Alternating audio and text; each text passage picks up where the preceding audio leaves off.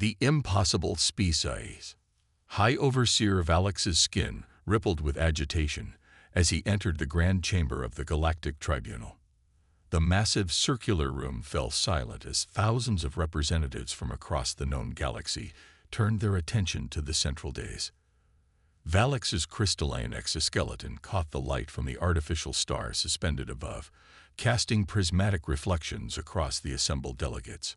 Honorable members of the tribunal, Valex began, his voice resonating through the chamber's perfect acoustics. I come before you today with troubling findings from the Observation Division. Senior Adjudicator Thune, whose gaseous form swirled within a containment field, pulsed with impatience. Another primitive species discovered, Overseer. Schedule them for standard assessment and cataloging. This species warrants special consideration, Valex insisted, activating the holographic display. A blue-green planet appeared, rotating slowly.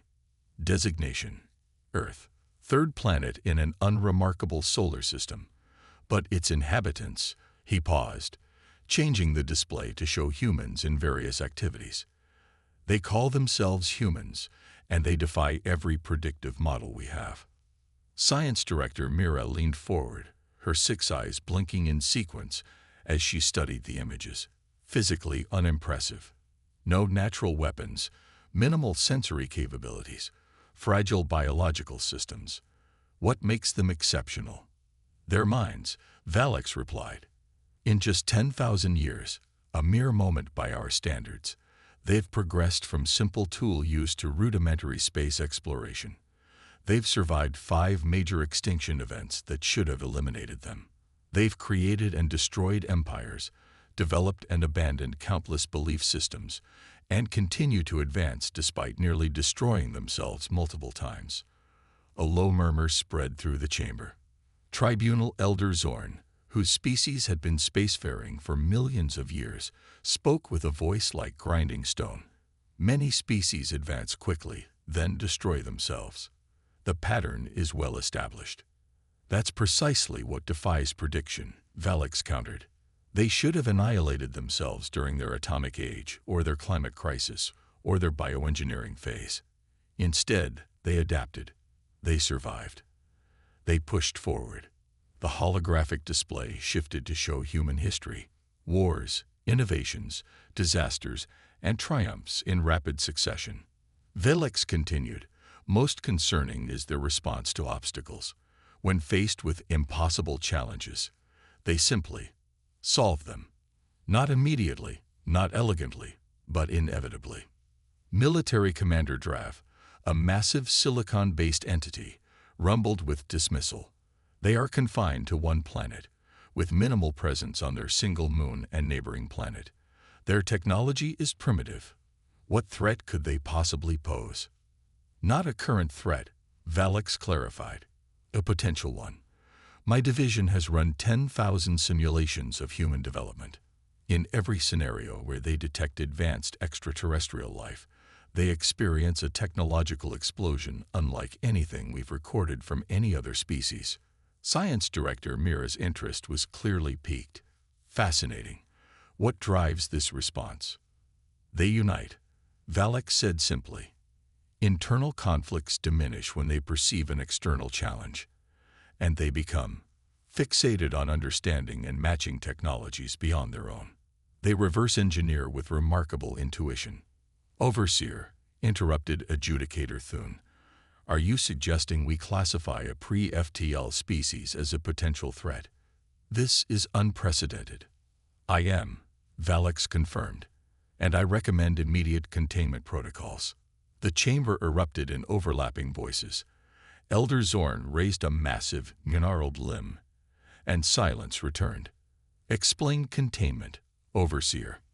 A quarantine field around their solar system, undetectable by their current technology. It would prevent any signals from leaving their system and any of our transmissions from reaching them. Let them develop in isolation until we better understand their potential. After hours of debate, the tribunal narrowly approved Valex's recommendation, not out of fear, but from scientific caution. The containment fleet, 50 ships equipped with the most advanced technology in the galaxy departed immediately for the Sol system. Commander Drav, assigned to lead the operation, remained skeptical. We commit significant resources to contain primitives who haven't even achieved faster-than-light travel. This feels excessive. Implement the quarantine precisely as specified. Valix insisted during the final briefing. Their detection capabilities exceed expectations. Maintain absolute stealth protocols. 3 standard months later, the containment fleet arrived at the edge of the Sol system. They positioned themselves in a precise formation, employing phase shift technology that rendered them completely undetectable to Earth's observation systems. Deployment complete, reported Drav to the tribunal. Primitive species remains unaware of our presence. Containment field activating in 3, 2, 1. The massive ships generated a subspace barrier designed to isolate the entire solar system from the rest of the galaxy. The technology had been used only twice before in the tribunal's billion-year history, both times to contain aggressive, expansionist empires that threatened galactic stability. For 6 standard days, the operation proceeded flawlessly. The humans continued their activities, oblivious to the advanced civilization watching them. Observation drones recorded Earth's transmissions, analyzed their technology, and monitored their military capabilities. Then something impossible happened. "Sir, we're detecting anomalous energy signatures from the third planet," reported the sensor officer aboard Drav's command ship. "Specify anomalous," Drav demanded. "They appear to be." Prodding the containment field, the officer replied, confusion evident in their biochemical emissions. "Impossible. Their technology cannot detect the field. Recalibrate your sensors." Recalibration complete. Confirmation. The humans are directing precisely modulated energy bursts at the exact frequencies of our containment field. Commander Drav's crystalline form darkened with concern. How could they possibly? "Incoming transmission," interrupted the communications officer. It's being directed specifically to this vessel." "Sir, they're hailing us." "That is absolutely impossible," Drav insisted, even as the evidence mounted before him. "They cannot know we exist, let alone target a specific ship within a phase-shifted fleet." Nevertheless, a message appeared on their communication system. It was primitive, simple audio only, but unmistakably intentional. "To the vessels currently surrounding our solar system, we have detected your presence and the energy field you are generating. We do not understand your intentions, but we are prepared to defend ourselves if necessary. We invite peaceful communication. Please respond." Stunned silence filled the command deck. Commander Drav's exoskeleton paled to transparent as the implications became clear. "Contact the tribunal immediately," he ordered. "The containment has failed before it even began. The humans have detected us." Across Earth, humanity had indeed noticed something amiss. It began with a graduate student at an astronomical research facility in Chile who detected minute gravitational anomalies at the edge of the solar system. Then, a quantum physics laboratory in Japan measured unusual subspace fluctuations that couldn't be explained by natural phenomena. Within days, scientists worldwide were collaborating, pooling data, and reaching the same startling conclusion. Something artificial was surrounding their solar system. Something massive. Something alien. Rather than panic, humanity responded with remarkable coordination. World leaders convened emergency sessions. Military forces went on high alert but took no aggressive action. Scientists worked around the clock to understand what they were detecting. It was a team at CERN who developed the means to probe the containment field by modifying particle accelerators to generate precisely targeted energy pulses. And it was a collaboration between NASA and the Chinese Space Agency that managed to triangulate the locations of the hidden ships. On the 56th day of the containment operation, the impossible happened again. A small Earth vessel, hastily equipped with experimental drive systems, approached the boundary of the containment field. Commander Drav watched in disbelief as the primitive craft navigated directly toward the flagship of the most advanced fleet in the galaxy. "Sir," reported the tactical officer. The human vessel is requesting docking procedures. Drav's crystalline form nearly shattered from the shockwave of his emotional response. How could they have developed such capabilities in less than 60 days? Observing from the tribunal chamber light years away, Overseer Valix watched the unfolding events with a mixture of vindication and dread. He turned to the assembled representatives, whose attention was fixed on the live transmission. "This," Valix stated quietly, "is precisely why I recommended containment. And now we see that even our most advanced containment is insufficient. The humans have already adapted to our presence and developed countermeasures in near days." Elder Zorn's ancient voice rumbled through the chamber. "Then perhaps it is time to reconsider our approach. If we cannot contain them, we must engage with them," Valix finished.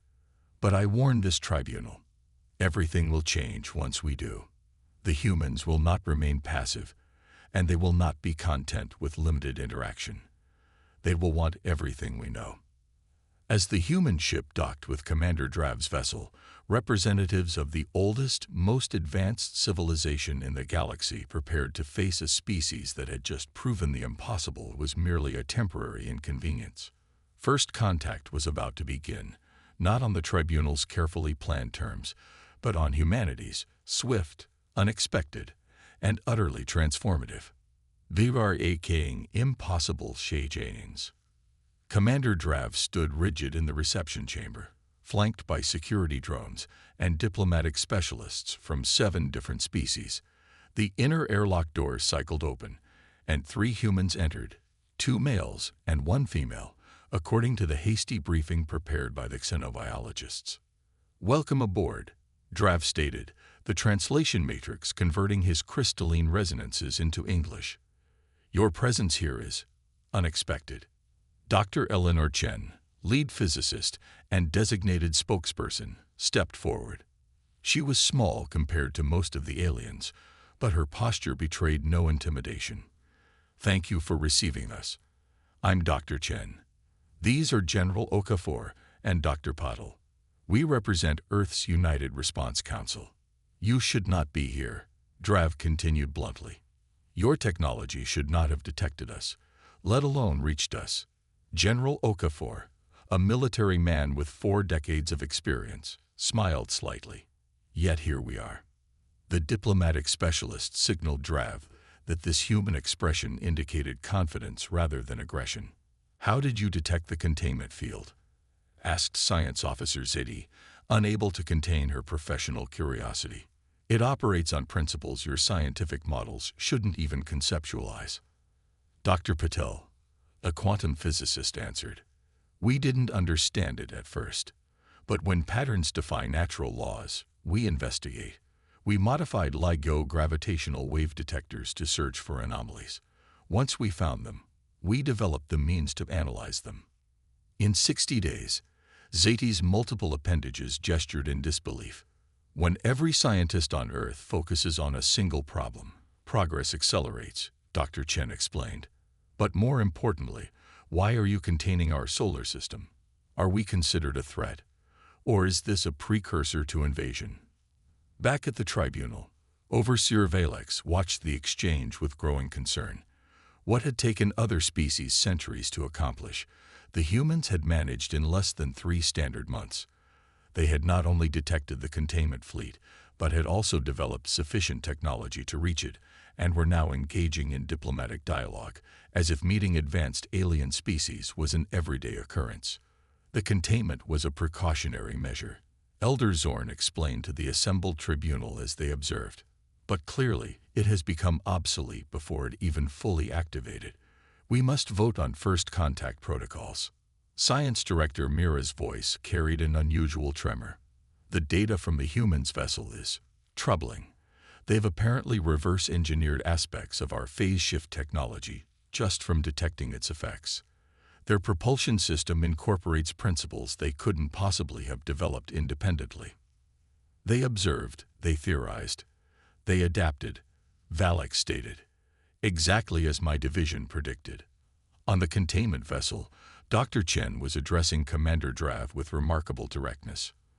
Your containment technology gave us our first concrete evidence of how space-time can be manipulated at quantum scales.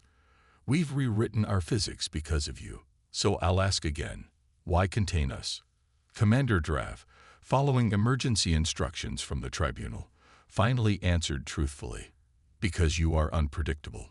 Because your species solves problems in ways our models cannot anticipate. You were contained to study your development without influencing the wider galaxy until we understood you better. General Okafor laughed, a sound that confused the alien translation matrices. So you're saying we scared you enough to quarantine our entire solar system? The diplomatic specialist urgently signaled that this was not aggression, but a complex human communication pattern involving irony. Not fear, Drav corrected. Scientific caution. Your species advances too rapidly when faced with new challenges. Like discovering we're not alone in the universe, Dr. Patel suggested. Precisely. Drav's crystalline form shimmered as he received updated instructions from the tribunal. The Galactic Tribunal has voted. The containment protocol is officially terminated. You are invited to establish formal diplomatic relations. What the humans couldn't know was the unprecedented nature of this decision. No species had ever been offered diplomatic relations before achieving independent FTL travel. It was the tribunal's first adaptation to the impossible situation humans had created. 6 months later, the first human delegation arrived at the Galactic Tribunal's headquarters. Led by Dr. Chen, it included scientists, diplomats, and military representatives from every major nation on Earth. Their vessel, designed and constructed in the intervening months, incorporated tribunal technology, but with distinctly human modifications that improved efficiency by 22%. This fact was not lost on the tribunal representatives. As the humans entered the Grand Chamber, Elder Zorn addressed them formally. On behalf of the 100,000 species of the known galaxy, I welcome humanity to the Galactic Tribunal. Your journey to join us has been unconventional.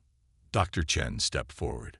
We appreciate the welcome, though we would have preferred it without the preliminary quarantine of our home. Elder Zorn's massive form shifted, the equivalent of discomfort in his species, a measure now recognized as both ineffective and unnecessary. The tribunal acknowledges this error in judgment. In the 6 months since first contact, Earth had transformed. Knowledge of alien life had indeed unified humanity in unprecedented ways. Ancient conflicts diminished in importance. Resources previously dedicated to internal competitions were redirected toward understanding and adapting to their new galactic reality. When the tribunal shared limited technological data as a diplomatic gesture, humanity didn't just implement it, they improved it. When given access to historical records of other species' development, they didn't follow established patterns, they created entirely new approaches. Science Director Mira, who had initially dismissed humans as physically unimpressive, now observed them with fascination. They assimilate knowledge at rates that defy comprehension. What took the Zolaran 3 centuries to develop, humans adapted and improved in 7 months. Overseer Valex, vindicated but increasingly concerned, updated his models daily. They're accelerating beyond even our most aggressive projections.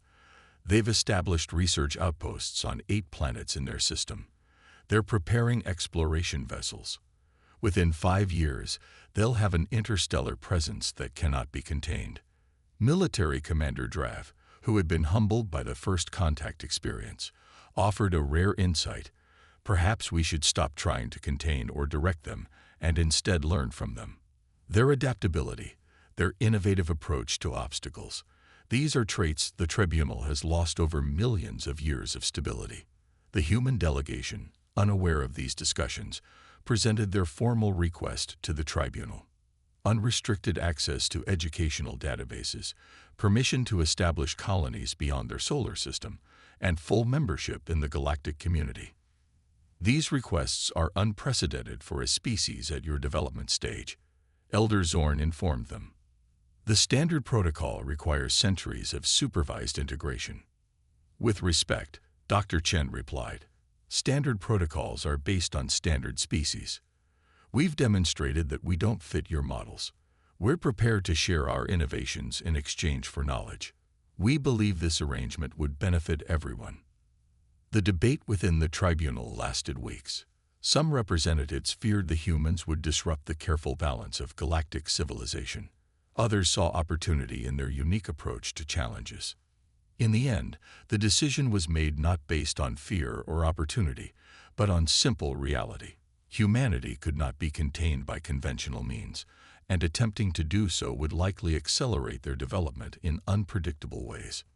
One standard year after the failed containment, humanity was granted provisional membership in the Galactic Tribunal, the fastest integration of any species in its billion-year history. As human ships began to explore nearby star systems, Overseer Velix submitted his final report to the Tribunal archives. The integration of humanity into galactic civilization represents the most significant change in the established order since the founding of the Tribunal itself. They do not adapt to the galaxy. They cause the galaxy to adapt to them. They do not accept limitations. They view them as temporary obstacles. They do not fear the unknown. They are energized by it. In the brief time since contact, humans have already contributed 724 technological innovations that our oldest species had never conceived. They have solved problems considered unsolvable. They have unified in ways that defy sociological models. This report concludes that humanity's true potential cannot be predicted or contained. The tribunal was correct to abandon the containment protocol, as it was doomed to fail against a species that treats the impossible as merely a puzzle awaiting solution. We do not yet know if humanity represents a threat to galactic stability or the next great leap in our collective evolution. What we do know is that the galaxy will never be the same now that humans have joined it. And perhaps that is exactly what was needed. On Earth, as the first wave of exploration vessels prepared to depart for the stars, Dr. Chen stood at the launch ceremony in Geneva. The ships incorporated technology beyond what the tribunal had shared, improvements and innovations uniquely human in their elegant imperfection. General Okafor, now the commander of Earth's Interstellar Defense Force, watched the preparations with a sense of pride and wonder. They thought they could contain us, he mused. They thought we were predictable. No, Dr. Chen corrected him, smiling as the massive ships rose silently into the clear blue sky. They thought we would accept impossible as an answer. We never have. We never will. As the vessels disappeared from view, headed toward distant stars, the message to the tribunal was clear. Humanity had arrived on the galactic stage, and nothing would ever be the same again. In the vastness of the Grand Chamber, Elder Zorn watched the launch through the tribunal's observation systems. His ancient species had seen civilizations rise and fall across billions of years, but he had never witnessed anything like humans. The impossible species, he murmured to himself as the human ships accelerated beyond their solar system, breaking not just the chains of gravity, but the constraints of what the galaxy had long considered impossible.